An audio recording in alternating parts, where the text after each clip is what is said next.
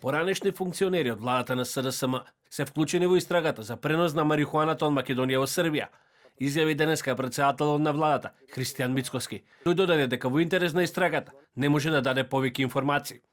Изјавата на Мицкоски следува по потврдата на министерот Тошковски дека се поднесени кривични пријави против 10 осомничени лица поврзани со случајот.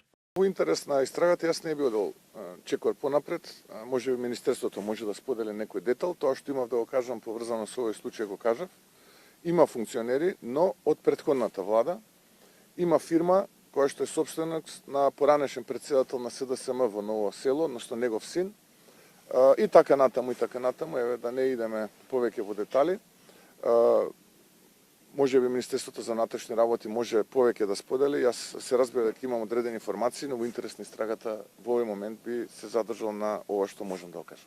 Од СДСМ пак денеска повторно изнесува обвинување дека власта е директен виновник за шверцот на 5 тони дрога, кои според опозицијата биле пренесувани низ целата држава и повеќекратно ја поминувале границата. Од партијата тврда дека институциите на прогон, предводени од министерот Тошковски, целосно потврдиле. Последните информации за најголемиот наркоскандал со 5 тони дрога објавени од обвинителството потврдуваат дека дрогата слободно ја поминала македонската граница повеќекратно.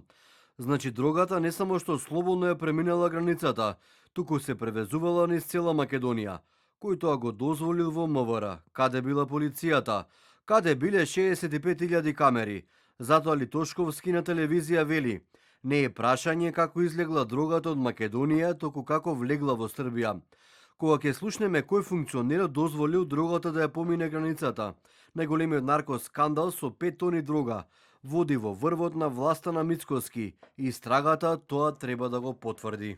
Инаку, српските обвинители од јавното обвинителство за организиран криминал одржаа состанок во Белград со своите македонски колеги, со цел да се координираат понатамошни истражни действија. Истражните органи од Србија наведуваат дека заплената од 5 тони марихуана е извршена во магацинот на компанијата Флораком, во собственост на Раде Спасоевиќ, кој е советник на Српската напредна партија во Крагуевац. Во акцијата беа уапсени и синот на Спасоевиќ, Небуша, како еден работник од магацинот.